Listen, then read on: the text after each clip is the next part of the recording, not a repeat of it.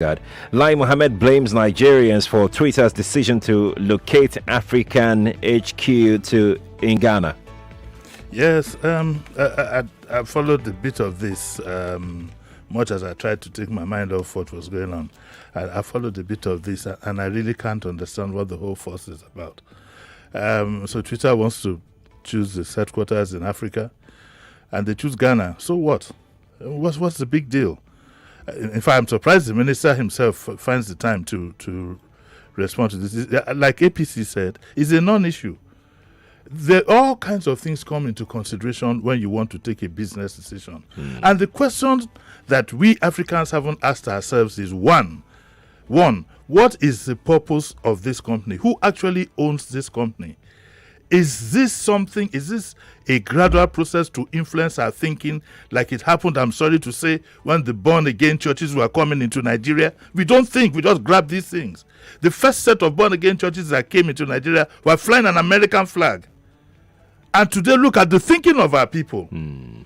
It is important that we face our problems and stop gallivanting with our minds and looking for things that are completely unnecessary. How can you be having an argument over 2-3 days because Twitter decides to go to Ghana? I don't understand it. Africans need to do a lot of thinking. You need to find out who actually are behind these things. You see, what I find out there a lot in the public space is that people don't acquire knowledge over time. They acquire the little knowledge about their current. They don't look at history. Some of these companies, innocent as they look, are not completely innocent. Look, there is, whether you like it or not, we live in a competitive world. And some people, I want to be a bit polite now, some people have decided that we are no longer going to use guns and whatever. We are not going to use religion that we use to put these people into slavery. Let us now toy with their minds. There are tools, other tools. Let us toy with their minds, and we fall victim. The reason why I'm even talking about this is because, I decided, but I just said, let me put my people's mind straight. Let's leave the issue of Twitter in Ghana or not and face the problems we have. We have our own local problems of our Greek security. Just this morning, I was hearing Sheriff. There was some report that said that to make a bowl of jollof rice is about 1/3 of the That's income. Right. That's right. And I said to myself, the minimum income now, I think the minimum wage is how much? 30,000 naira. 30,000 naira. Right. For 30,000 naira, you have to go look for extra money to pay for a meal for 2 people in a Chinese restaurant on this side of town. So let's get real and face issues that real and concern us.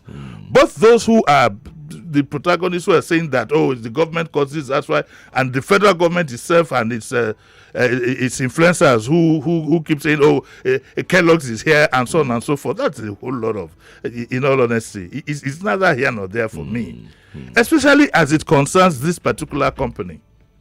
And beyond all these things, I can see beyond my nose, and I want my people to be so influenced. Leave this. Look, it's the same thing you'd have when you have games on national television that occupies your mind for 30 days. You follow people sleeping and waking up, and when you should be thinking of more serious things. Nigeria is in a mess. It is beyond whether Twitter has its headquarters here or not. Nigeria is in a mess. We can't feed our people. We can't protect our people. The people we put in positions of authority can't get the job done. Are you going to tell a Lagosian that his priority is whether Twitter has headquarters here or not? Lagos is in a mess, complete mess. I beg, second base, Jerry. Let's talk about some other things. Please, young people out there, don't waste your valuable time. If you don't have something to talk about in the social media, why not pick up a book and read and acquire knowledge? Instead of going on and on, it was so irritable for me to see on Twitter, and Twitter is read by the whole world. Some persons will be out there, we got them. We got them. We've taken their minds off it. We got them. I beg, let's go. Someone said here that he's in support of what you've said, that we have so many things to solve. So many things. Is Twitter our problem? His name is and apart from that, all investments can come to your country. I mean, for God's sake. All just whilst I was on vacation, I took time off watching documentaries, and I saw a nice documentary during Gawan's time. Immediately after the war, he was commissioning Volkswagen, whatever. During Gawan's period, we had 6 plants. Volkswagen, Peugeot, 6. None that I can think of in Ghana. Even Leyland invested here. You can't have everything. And this is the time to call on the federal government. For God's sake, the practice of having influencers is okay. I support it, I endorse it. But for God's sake, if you're going to have influencers on the social media, let them be people who have knowledge, who can reason, and can express themselves properly. The fact that you discredit somebody who said something doesn't make your point valid. Yeah. I will put a call through to my contacts and tell them, look, you need to, because for me, a very well-run federal government is a boost. I don't see them as an enemy. Some people believe that even when you are supposed to be in opposition, then they are your enemy. That's not the way it works. Whether they work well or... It's not the way it works. The image of our country is also at stake. So what you put out there, make sure it is something. So the image of our country is at stake, for crying out loud. There's so much imbecility, so much lack of knowledge across the board. Very annoying. Well, a young man, Adeni Taiwo, is agreeing with you on YouTube, because we're streaming live on YouTube if you're not watching. Yes. It says, Twitter's decision to move to Ghana is an issue, Uncle Jimmy. The tech giant's move to Ghana ensures Ghana remains a hub for foreign tech investments, similar to Silicon Valley infrastructures. That is a whole lot of bunkum. Those are the boogies that are sold to you. That is a whole lot of bunkum. Don't let these people come and anybody can invest. And look, see, the truth is, yes, I agree. I agree that we probably haven't done the right things that will encourage proper investment. But investment is strictly about cash and returns. Which country is actually that stable for investment, quote and unquote? So don't get wrapped up in all these things. What is your business with Twitter being in Ghana when we should be talking about good? It's the same problem I have in my own people. Talking about wanting to have some Oduduwa Republic, this and that, when your own local whatever hasn't been taken care of.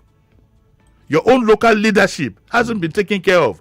During the this is a message to my people, Yoruba people. During my vacation, I came across a video of a traditional ruler who turned 45. It was I wept uncontrollably. That when did we get to this point? We have a lot of things to repair internally. If traditional ruler, with what I saw, Nigeria is gradually going to the dogs. Sheriff, you're back. You need to take it easy. No, I will take it easy, but and that's why I took my vacation the way I did. But it is so painful. It is so painful that our people cannot see beyond their noses. When I listen to people who call in the morning, making statements, I heard this morning about the issue of IPOB. That's right. IPOB is a well-grounded propaganda machine, and I'm surprised people can't see through it. Do you understand? I saw them for a whole, because I was having my party, I had this whole 1 hour about whether IPOB makes arms or not. It is because a lot of the guys out there are young people, they don't know. Let them go and ask their elders what Chukwumeri did. By the time the Nigerian government got to Biafra then, and were able to capture, they said, so is this all that there was to it? IPOB is a well-grounded propaganda machine made up of intellectuals. Whatever you might say about Nnamdi Kanu, is a very brilliant fellow. Baba Sharp is a very, very brilliant fellow. And he's taking everybody, making people run around circles and sitting back and enjoying himself. That wasn't what we were talking about. Let's go to the next one. Let's go to the next one. We're live on Facebook, Nigeria Info 99.3. We're also live on YouTube, Nigeria Info 99.3. You can go drop your comments there. Let's stick with the Vanguard, page 5 of the Vanguard. Insecurity Service chiefs know what's wrong, Buhari.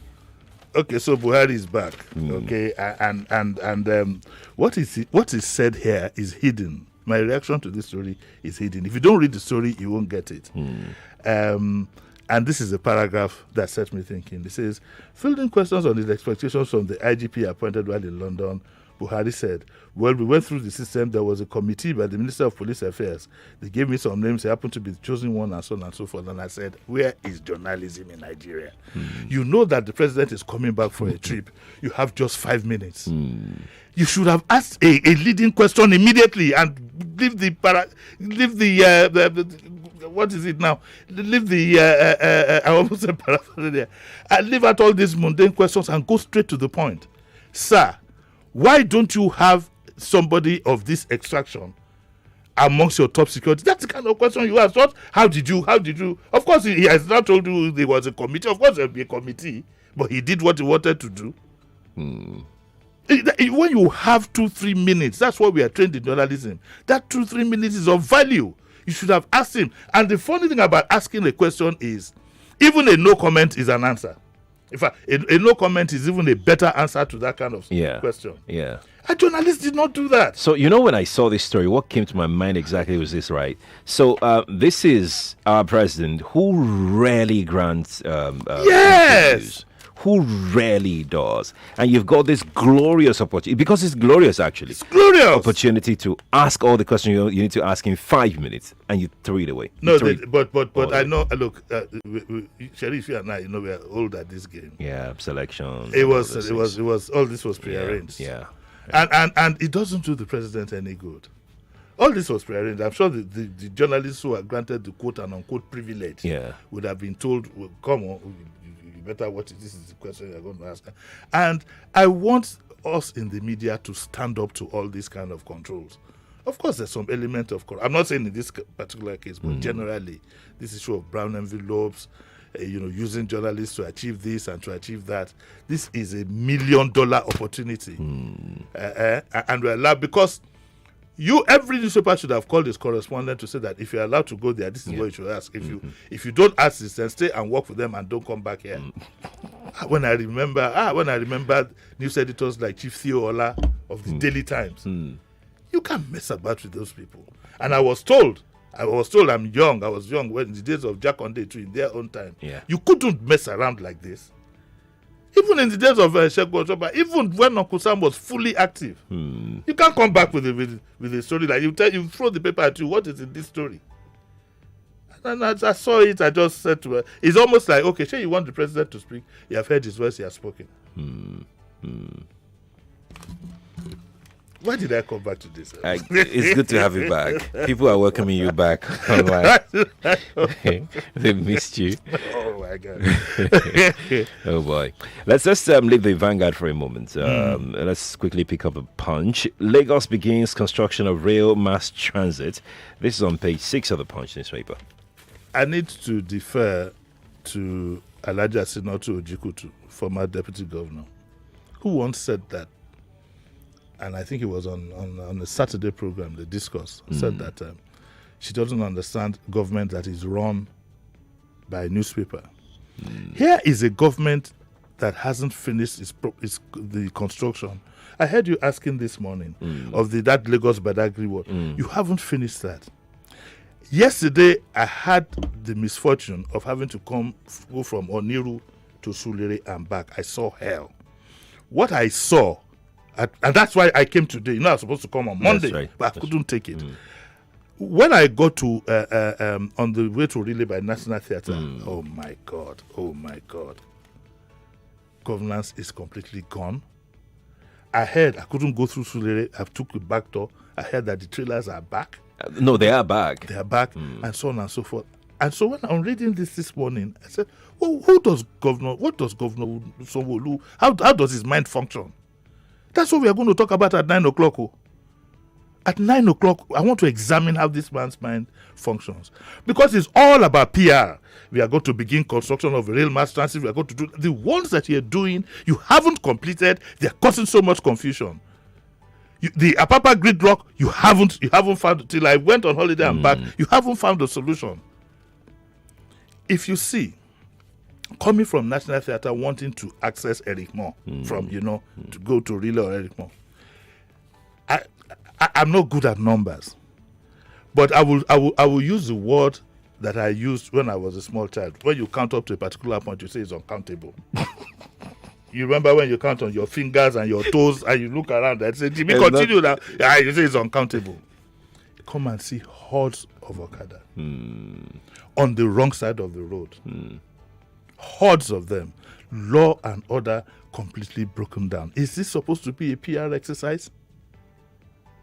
I don't understand. And I'm going to try on your behalf. I'm sorry, I'm very sorry, but I must pin down Governor Fashola. I wish Alhaji Jakonde was alive. I would have pinned him down. But I must pin down to Governor Fashola. These are the two governors that we know. And ask them their views, honest views about what is going on. A lot of Lagosians are worried. I'm not even talking of the indigenous side to these things. But a lot of Lagosians are worried. And the worry goes across the board. I told you, go and look out for the video of a traditional ruler's party. Where is the grace? Where is the restraint? We find a situation where our people, instead of them being good examples to the younger ones, have gone down to the level of these younger ones and want to behave like them. Both at political level, at cultural level. We have a very big problem on our hands. Governor Sowolu, I'm not impressed. I'm not impressed. And a lot of people are not impressed. One thing at a time. What you're doing, would you please finish that? You cannot turn the whole state into a construction site 24 hours, 365, so that throughout your tenure, all we'll see is construction going on in various places. Finish one, tidy it up, have a concrete plan, and move on to the next one. And in any case, sir, with due respect, you are not facing the issues of the day. That is what we are going to talk about at 9 o'clock.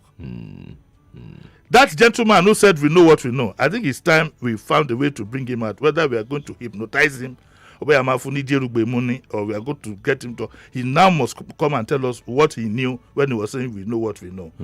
We are going to try and sniff him out at 9 o'clock and see what we get.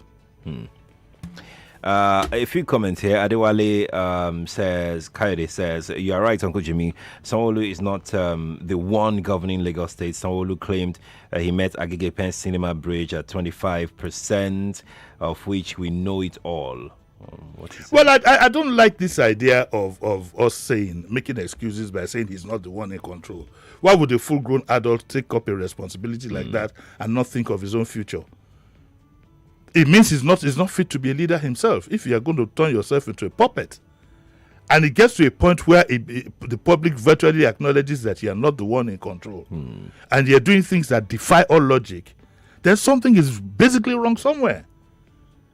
And like I said, I think it's time he stands up as a man to these people who he believes are crushing him. Why can't you walk away from it? Is it compulsory? Were you born as a governor? The only thing I would not take from anybody is to say that I will no longer be a Nigerian. I'll fight you to the end. Anything short of that, or I'm no longer a son of my father and my mother. God bless above me and Disu. Well, those are the only two things.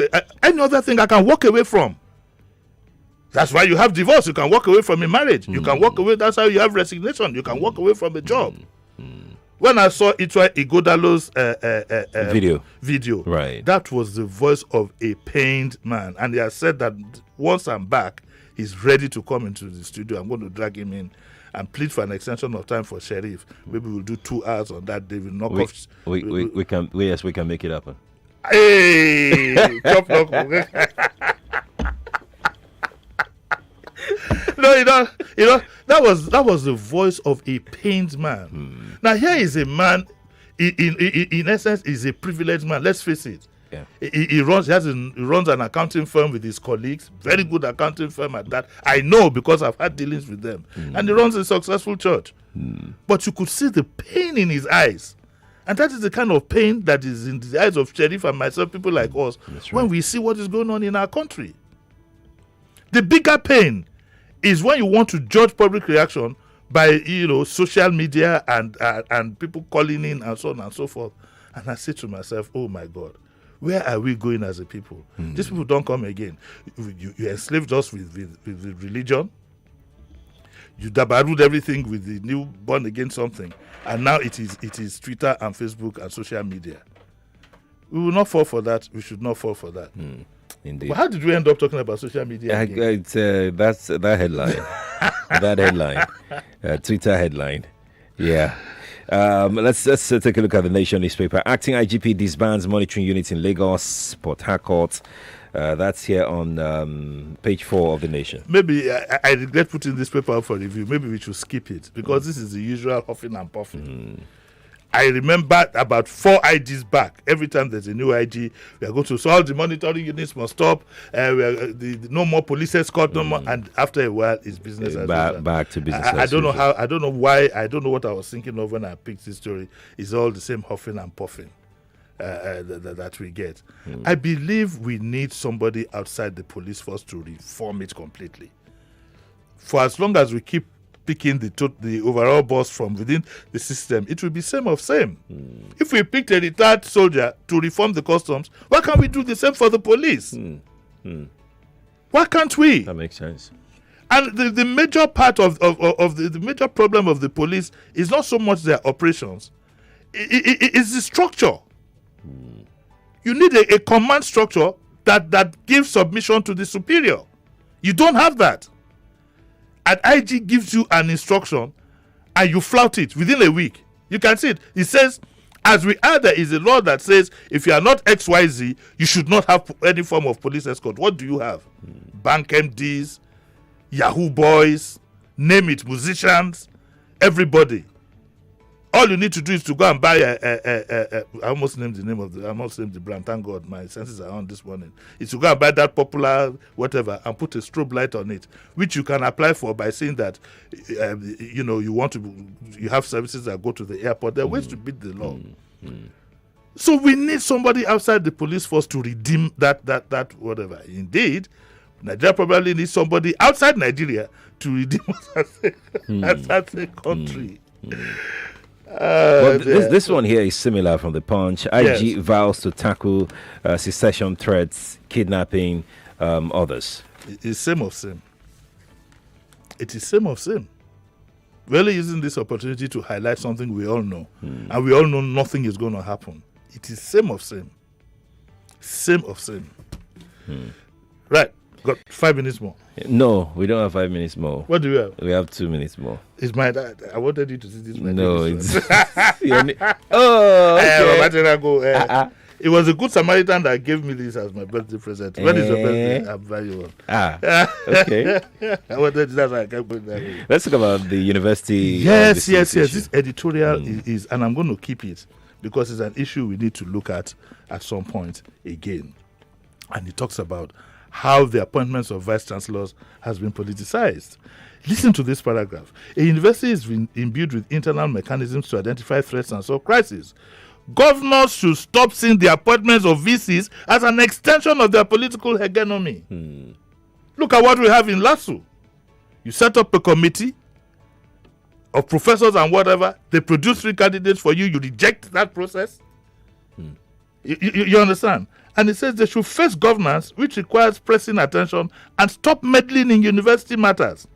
Their meddlesomeness continues to hurt the academic environment and cheapen scholarly offering, as universities are often embroiled in protracted leadership crises. In the glorious days of university education, the best brains were in charge, and only first-rate lecturers got the job. Professor Tekena Tamuno is from Bayelsa. He was one of the best VCs you could ever have. He was one-time VC of University of Ibadan. It didn't matter then. David Joy spent his life in UI. It didn't matter then. You understand? What we now have is every facet of our lives is now embroiled in some kind of political crisis, form of politics. And the university is a free area.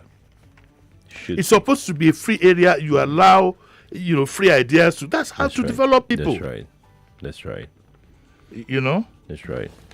We must go now, Jimmy. Yes. So you'll be talking about the rail project in Lagos. We are not talking about any rail project. Okay, we are talking about Lagos. Okay. We want to examine the leadership. Okay. You see, it is a pity. I feel personally pained because I stood up for this current administration and I'm being failed by the day. I feel pained. Yes, and I don't think I will ever do that again, to come up and say I support these people. If it wasn't for my very good standing, I'll call it bank. That's why that's what you face. Let's leave that till 8 o'clock, till 9 o'clock, Jimmy. We must go now. I just started. Don't start your program now.